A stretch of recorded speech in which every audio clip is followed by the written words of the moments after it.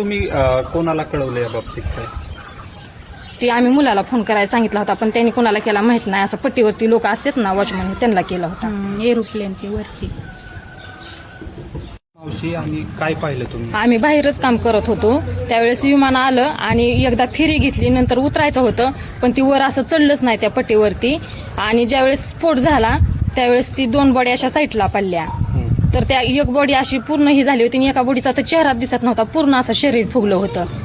तुम्ही हा अपघात पाहिला का डोळ्यांनी? हा, डोळ्यांनी पाहिलं. आम्ही घराच्या पाठीमागच काम चाललं होतं आमचं. नेमकं काय घडलं त्यावेळी? त्यावेळेस विमान गावाकडूनच येत होतं, असं खूप अंतरावर खाली होतं, वरती नव्हतंच ती.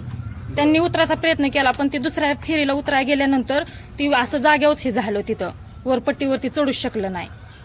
स्फोट खूप मोठा झाला का? खूप मोठा होता. आणि नंतर काय परिस्थिती झाली स्फोटानंतर? स्फोट झाल्यानंतर आम्ही इथून पळालो, पाणी घेतलं, पण ती आमची सुद्धा शक्यता नव्हती ती असं हे करायची, पाणी वाचण्याची. आम्ही खूप घाबरलेलो. त्यावेळेस दोन्ही साईडला 2 बॉड्या पडल्या होत्या आणि ती पूर्ण एक बॉडी ना, चेहरा तर काही दिसत नव्हता, पण पूर्ण पांढरा शपथ माणूस आणि असं पूर्ण फुगलेली बॉडी होती.